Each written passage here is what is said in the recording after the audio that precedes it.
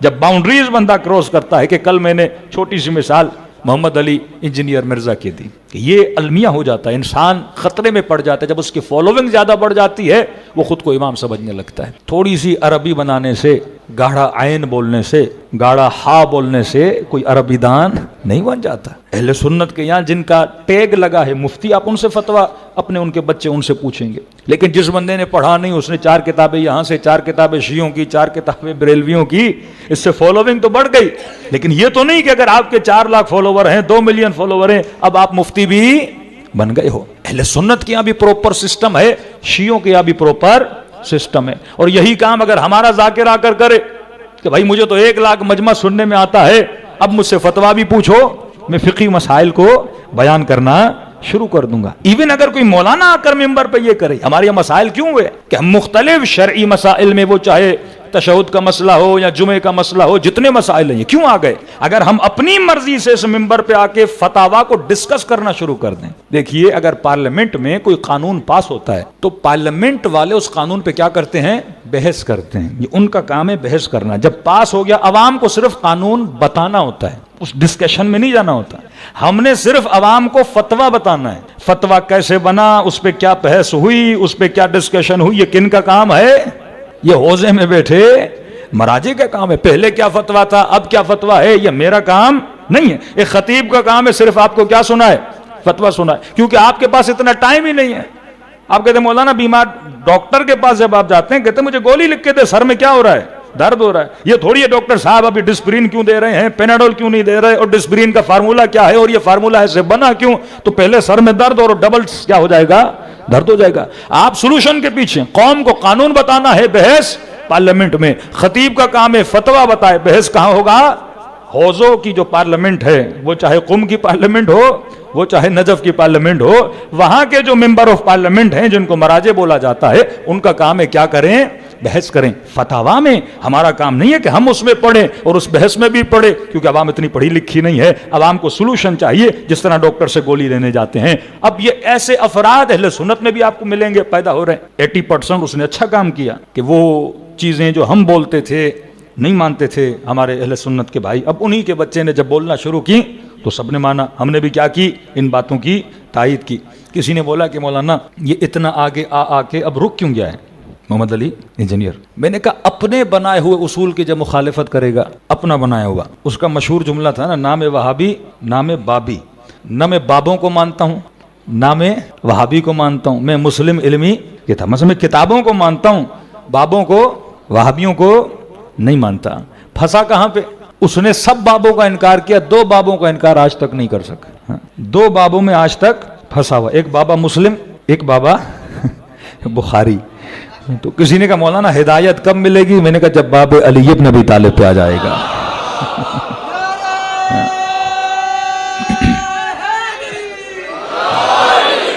کیونکہ آپ اگر کسی بھی کتاب کو زندگی میں بولو گے نا یہ اٹل ہے، مطلب اس میں جو کچھ ہے وہ کیا ہے؟ صحیح ہے، یہاں پہ آپ کی گمراہی شروع ہو جاتی ہے۔ آج تک شیعوں نے کبھی نہیں کہا کہ بہار میں جو کچھ ہے صحیح ہے، کتب اربعہ میں جو کچھ ہے، آج تک ہم نے نہیں کہا۔ ہم نے اپنی کسی کتاب کو صحیح نہیں کہا کہ بھائی اس میں جو کچھ ہے، ایک ہی کتاب ہے جس میں جو کچھ ہے صحیح ہے، اس کا نام ہے قرآن۔ ایک ہی کتاب ہے، باقی جتنی ہماری احادیث ہیں ہم ان کو کس سے ملاتے ہیں؟ قرآن سے ملاتے ہیں۔ آئینہ کیا ہے؟ قرآن ہے۔ ہاں اگر حدیث قرآن کے ٹکر میں آتی ہے تو وہ رسول کا فرمان ہے، یا دیوار پہ مارو یا جوتے کی نوک کے نیچے رکھو، کیونکہ قرآن کی مخالفت میں اگر کوئی حدیث آ جائے وہ خراب ہے۔ اب یہ کیا کرتا ہے؟ ساری وہ روایتیں جو شیعہ سنی دونوں کتب میں ہیں اسے تو بیان کرتا ہے، لیکن مثلا اگر بخاری میں آ گیا قبر ہے تو اسے گرا دو، ڈھا دو، یہ کر دو، رسول خدا نے فرمایا، تو وہ ماننے کے لیے کیا ہو جاتا ہے؟ تیار ہو جاتا ہے۔ اسی بخاری میں لکھا ہے کہ اگر حاکم حبشی غلام ہو، فاسق ہو، فاجر ہو، یزید جیسا ہو، اس کے خلاف قیام کرنا کیا ہے؟ حرام ہے۔ انہی کتابوں میں، جبکہ بخاری لکھنے والا خود لکھتا ہے، جناب اسماعیل کہتے ہیں میں نے 6 لاکھ حدیثوں کو چھان کر یہ حدیثیں نکالی۔ اب اس سے تصور لگائیں، اب عدد دقیق مجھے یاد نہیں، مطلب بہت کثیر حدیثوں کو چھان کر میں نے یہ صحیح البخاری لکھی۔ اب تصور کریں کہ امت میں کتنی جھوٹی حدیثیں آئی ہوں گی۔ عدد بہت بڑا ہے کہ لاکھوں کی تعداد میں حدیثوں کو چھان کر میں نے ان حدیثوں کو جمع کیا۔ اب سوال ہے کہ ان کی گارنٹی کیا ہے؟ اگر آپ کہہ رہے ہو اتنے لاکھ جھوٹی حدیثیں آ چکی تھیں اور اس کے بعد میری نظر میں جو صحیح تھیں، اب جو بخاری کی نظر ہے ضروری تو نہیں وہ رسول کی بھی نظر ہو، وہ قرآن کی بھی نظر ہو، وہ اللہ کی بھی نظر ہو، اسے لگا کوئی صحیح ہے۔ انسان جائز الخطا ہے، کوئی امام تھوڑی ہے، کوئی نبی تھوڑی ہے، کوئی معصوم تھوڑی ہے کہ جو اس نے جمع کیا وہ صحیح تھا۔ اب قبلہ مجلسی صاحب جمع کریں یا کوئی بھی جمع کرے، ہم معصوم تھوڑی مانتے ہیں، ہم کہتے ہیں حدیث پڑھیں گے اگر قرآن سے ملتی ہے تو صحیح ہے۔ تو ایک طرف اللہ ڈیلی مسلمانوں کو ایک آیت پڑھنے کا حکم دے، میں نے کہا نا یہ مکتب عقل کا مکتب ہے، مکتب تشیع۔ ایک طرف کہہ رہے ہیں رسول خدا نے کہا کہ حاکم ظالم ہو، فاجر ہو، یعنی ایسی ایسی حدیثیں بعض اوقات جوک لگتا ہے انسان کو، یہاں تک کہا کہ اس کے اندر چاہے شیطان چلا جائے۔ میں اپنی تائید کے لیے مفتی طارق مسعود مفتی ہیں اہل سنت کی، مطلب علمی اعتبار سے یہ محمد علی مرزا سے فقہی اعتبار سے زیادہ مضبوط بندہ ہے، اس کی پوری آپ جا کے کلپ سن لیجئے جب وہ یہ ساری حدیثیں پڑھتا ہے، یہاں تک کہ چاہے اس کے اندر شیطان بھی چلا جائے۔ رسول نے فرمایا کیونکہ حاکم ہے اس کی مخالفت کرنا حرام ہے، اس کے خلاف قیام کرنا حرام۔ اب عبد الملک مروان سب سے مضبوط ترین حاکم رہا بنو امیہ کا، بہت فتوحات ہیں، بڑا ذہن تھا، ذہین آدمی تھا، اس نے بڑا مضبوط کیا، اس نے یزید کے سارے خاندان کو ختم کر کے یہ مروانی بات میں آ کے یہاں پہ بیٹھے اور انہوں نے شادی کی یزید کی بیوی سے، وہ ایک لمبا واقعہ ہے کہ پھر پہلا بادشاہ ہوا اور اس کی بیوی کو اس نے گالی دی، پھر اس نے ماں سے شکایت کی، پھر اس کو پہلے کو اس کی ماں نے ہی رات کو بستر میں ہی اسے قتل کر دیا، پھر اب مروانی سلسلہ آپ دیکھتے ہیں وہاں سے سلسلہ چلا۔ بہرحال یہ بڑا مضبوط مرحلہ تھا۔ اس نے کیا کیا کہ اس نے مدینے سے ایک مدنی لوگ بندے کو بلایا، کیونکہ اگر کوئی شامی حدیث بتاتا تو لوگ کہتے انہوں نے اپنے بٹھائے ہوئے، جیسے اتھینٹسٹی مل جاتی ہے، ایک بندہ نجف سے آ رہا ہے، ایک بندہ قم سے آ رہا ہے تو کہتے ہیں وہاں سے آیا ہے، کہیں ان کا نمائندہ ہے تو اس کی اتھینٹسٹی ہوتی ہے۔ مدینے سے بلایا اور سینکڑوں کی تعداد میں کیا لکھوائیں؟ حدیثیں لکھوائیں، پیسے کھلاتے تھے کہ یہ حدیثیں بناؤ، یہ حدیثیں پڑھو، اور ذہین اتنے تھے کہ بھائی اگر ہم حدیثیں سنائیں گے کہ وہ ایک مانے گا ایک بندہ نہیں مانے۔ کئی لوگ تھے، اس وقت اصطلاح شیعہ نہیں تھی، کئی لوگ تھے جو مثلاً کہتے تھے یہ محبان اہل بیت ہیں، یہ نہیں مانیں گے۔ اب کہا اگر علی والے کو منوانا ہے تو حدیث کا ریفرنس کس کے ساتھ ملاؤ؟ سلمان کے ساتھ ملاؤ، ابو ذر کے ساتھ ملاؤ، ابن عباس کے ساتھ ملاؤ۔ اب ایک حدیث میں آپ کو سناتا ہوں بطور مثال، اس حدیث کو یہ نقل کرتے ہیں کس سے؟ جناب ابو ذر غفاری سے۔ اب سب کو پتا ہے کہ ابو ذر علی کے قصیدے پڑھنے والا ہے، ابو ذر حکومت کا سخت نقاد کہ جس کی تنقید اور امر بالمعروف کی وجہ سے جناب ابو ذر کو نبی کے شہر سے نکال کے کہاں بھیجا گیا؟ شامات میں، جو آج کل لبنان ہے، یہاں بھیجا گیا۔ یعنی بھیجا بھی ایسی جگہ پہ گیا کہ ابو ذر ایسی جگہ جائے جہاں پہ علی کے فضائل بھی نہ پڑھ سکے، کیونکہ وہاں سارے دشمنان اہل بیت تھے، ایک لفظ اور زبان کھولے گا تو ابو ذر کا سر قلم کر دیا جائے گا۔ مخالف کس کا تھا؟ جناب عثمان کا، تیسرے خلیفے، سخت مخالف تھا، کیونکہ بیت المال کے اندر جو مال کی ہیرا پھیری ہوتی تھی اور جو تقسیم اموال میں زیادتیاں ہوتی تھی، ابو ذر کھل کے بولتا تھا کہ یہ مخالفت کر رہا ہے، اور جلیل القدر صحابی ہے، ابو ذر کو کچھ کر بھی نہیں سکتے تھے۔ ایک قتل تو ان کے سر پہ پہلے تھا، جناب مالک ابن نویرہ، جن کو خالد ابن ولید نے قتل کیا اور بڑی بے دردی سے قتل کیا، صرف اس لیے کہ یہ زکوٰۃ نہیں دے رہے تھے۔ بہرحال اس قصے میں نہیں پڑھنا چاہتا، قتل کیا، ان کی بیوی کے ساتھ زیادتی کی۔ الزام یہ لگاتے ہیں کہ شیعہ توہین اصحاب کرتے ہیں، لیکن جرت اتنی نہیں کہ یہ بتائیں سب سے پہلے نبی کے صحابی کی توہین کس نے کی تھی، نبی کے صحابی کو قتل کس نے کیا تھا، ان کی زوجہ کے ساتھ زیادتی کس نے کی تھی، یہ تاریخ اسلام بھری ہوئی ہے۔ بہرحال جناب ابو ذر کے اوپر نہیں کر سکتے تھے، کیونکہ روایات تھی ایک عمار اور جناب ابو ذر کی فضیلت میں کہ آسمان نے اپنے نیچے ابو ذر سے سچا بندہ نہیں پایا، یہ نبی کا صحابی۔ ابو ذر کو شہر بدر کیا شامات کی طرف۔ اب دیکھیے جعل حدیث کس طرح کرتے ہیں، یہ الگ ٹاپک ہے، اس میں جا کے بڑی اسٹڈی جا کے کریں کہ واقعاً کتنی احادیث کو کس طرح جعل کیا گیا۔ کہا کہ جناب ابو ذر کے پاس دو لوگ گئے، اب یہ کون ہے ان کا بھی نہیں پتا، کیا دو لوگ گئے؟ یعنی اسی طرح حدیث شروع کرتے ہیں، اتا پتا نہیں ہے، آپ آدھی تار کو دوسری تار سے کیا کر دو، ملا دو۔ جس طرح ہمارے بعض خطیب کرتے ہیں نا، سر اور پیر ملا کے ایک نتیجہ دیتے ہیں اور بم پھوڑ دیتے ہیں، مجمع واہ میں شروع ہو جاتا ہے۔ تو کہا کہ ایک خطیب نے ریسنٹلی فرمایا کہ حدیث قصہ کہ جب پوچھا گیا کہ چادر کے نیچے کون ہے تو جواب آیا ہم فاطمہ و ابوہا و بعلہا و بنوہا، کہ یہ فاطمہ ہیں، فاطمہ کے بیٹے ہیں، فاطمہ کے شوہر ہیں، فاطمہ کے بابا ہیں۔ کہ عربی زبان میں جب لفظ جمع آتا ہے تو تین یا تین سے زیادہ کے لیے استعمال ہوتا ہے. تو کہا اب چادر کے نیچے کون ہے؟ فاطمہ. یہ نہیں کہا دو بیٹے، جمع کا صیغہ ہے بیٹے.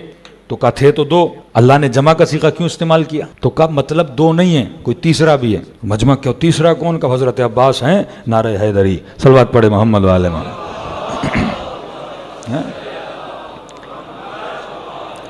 یعنی سمجھ نہیں آتی جب تک یہ خدا سے علی کو نہ ملائیں، تب تک حضرت عباس کو 14 کے ساتھ نہ ملائیں. یعنی کیا فضیلت حضرت عباس کی نہیں؟ اگر آپ چادر کسا کے نیچے نہ لاؤ، کیا فضیلت نہیں حضرت عباس کی؟ یعنی ضروری ہے کہ میں مولا علی کو خدا سے ملاؤں تب نعرہ لگے، ضروری ہے میں غازی عباس کو 14 میں لاؤں تب جا کے کس کوئی فضیلت کو مانے. یعنی مائنڈ سیٹ اتنا ایکسٹریم لیول پہ لے گئے کہ اب اس سے نیچے بات کرو تو مجمع مانتا ہی نہیں ہے. اس قدر ہم نے اپنی نسلوں کو بگاڑ دیا. اور پھر آج کے نوح خان، آج کے خطیب کہتے ہیں، آج کے ذاکر کہیں کہ مجمع اور نسلیں یہاں کیوں جا رہے؟ بھائی آپ کا بویا ہوا بیج ہے، یہ تربیت جو آپ نے کی آج اسی بیج کے لیے پریشان ہو. آج جب بچے بگڑیں گے، نسلیں بگڑیں گے، بیٹیاں بگڑیں گی، کہیں گے مولانا ماحول خراب ہو. بھائی ماحول خراب نہیں ہے، امام حسین نے بہترین فرش آزادی. آپ یونیورسٹی کھولو، بہترین ٹیچر رکھو، بہترین لیکچر رکھو، اب اسی پہ خوش ہو جاؤ میں نے یونیورسٹی کھولی ہے. بھائی یونیورسٹی کھولیے، یونیورسٹی تب کامیاب ہوتی ہے جب وہاں پہ نوبل جیتنے والے بچے ہوتے ہیں، جہاں پہ اے گریڈ والے بچے ہوتے ہیں، جہاں پہ بہترین تھیسز لکھنے والے بچے ہوتے ہیں. کچھ کامیابیاں تو دکھاؤ اس یونیورسٹی کی. صرف بلڈنگ بنانے سے کچھ بھی نہیں ہوتا، صرف مجلس کرانے سے کچھ نہیں ہوتا. مجلس کی کامیابی تب ہے جب نسلیں تمہیں نظر آئیں، جب بچے تمہیں نظر آئیں، جب ایسے ذہین بچے نظر آئیں جس پہ علی بھی فخر کریں اور تم بھی اپنی نسلوں پہ کیا کرو؟ فخر کرو.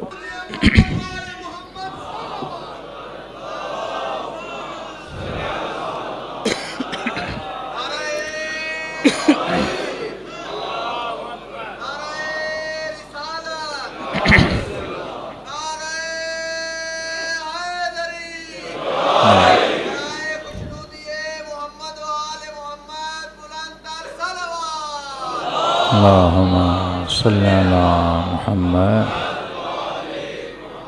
تو جب تک ہم اپنی حدود کا خیال نہیں کریں گے، ہر انسان کو اپنی حد میں رہ کے یہ سمجھنا چاہیے کہ واقعاً میری ڈیوٹی کیا ہے، معصوم نے میرے اوپر کیا رکھا ہے. یہ واحد مکتب ہے جو مکتب عقل ہے. یہاں ہر چیز کو کس سے تولا جاتا ہے؟